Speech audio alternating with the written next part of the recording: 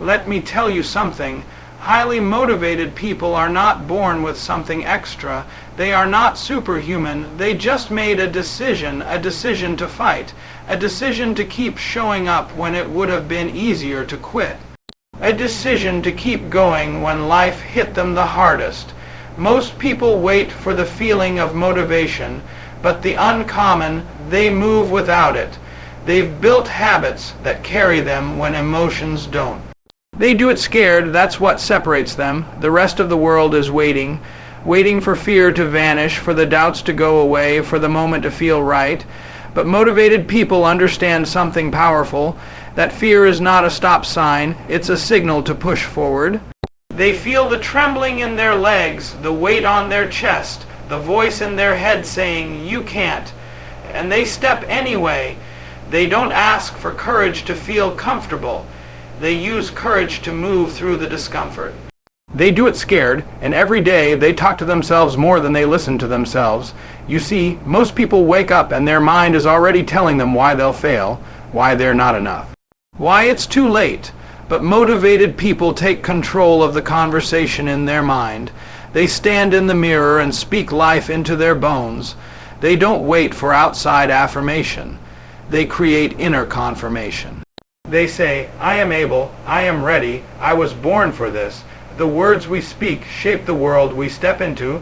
They use pain as fuel, not as a prison. While others drown in disappointment, the uncommon squeeze meaning from every setback. That heartbreak, that betrayal, that failure, it becomes firewood. They don't run from the pain, they use it. They say, "This didn't happen to destroy me, this happened to define me." While the world says, "Poor you," they say, "Watch me." Their scars aren't signs of weakness. They're medals of resilience. They say no to good, so they can say yes to great. There are 1,000 good things that will pull at your attention.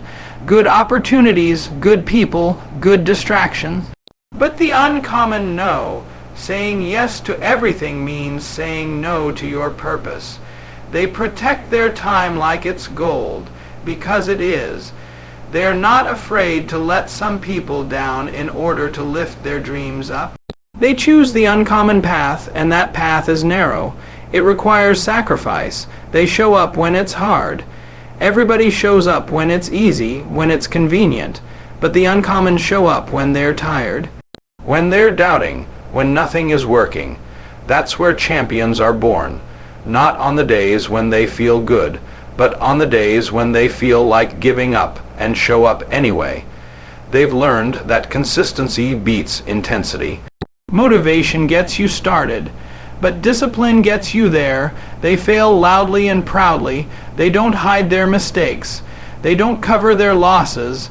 They wear them like badges of honor because they understand if you're not failing, you're playing too small. They don't fear the fall, they fear never flying.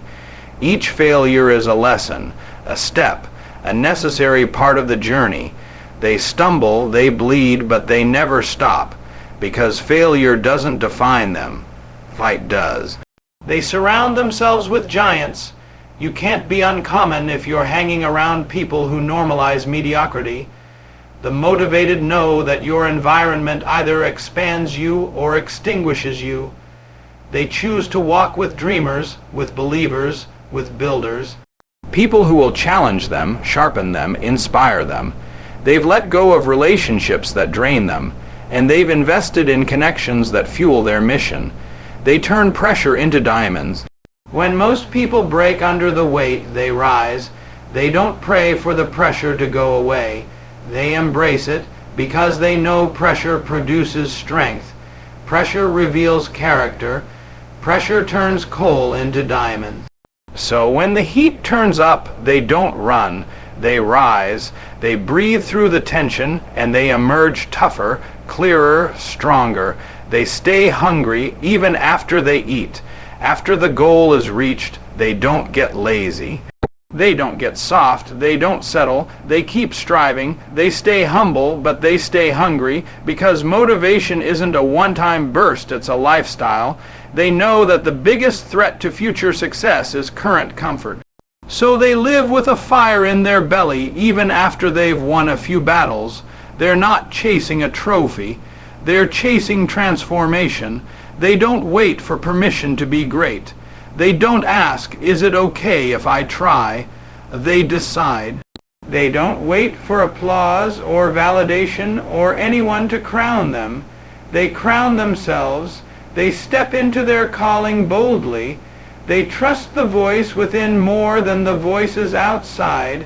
And when someone says, you're not ready, they respond, watch me. They know greatness begins with a decision, not approval. They move in silence and strike with results. They don't talk too much. They don't need to. While others are broadcasting what they plan to do, the uncommon are doing it. They let their work speak. They believe in silent hustle, quiet mornings, loud impact. Their progress is private until it's undeniable. They take extreme ownership. They don't blame. They don't make excuses. If something goes wrong, they say, that's on me. Because when you take responsibility, you take power.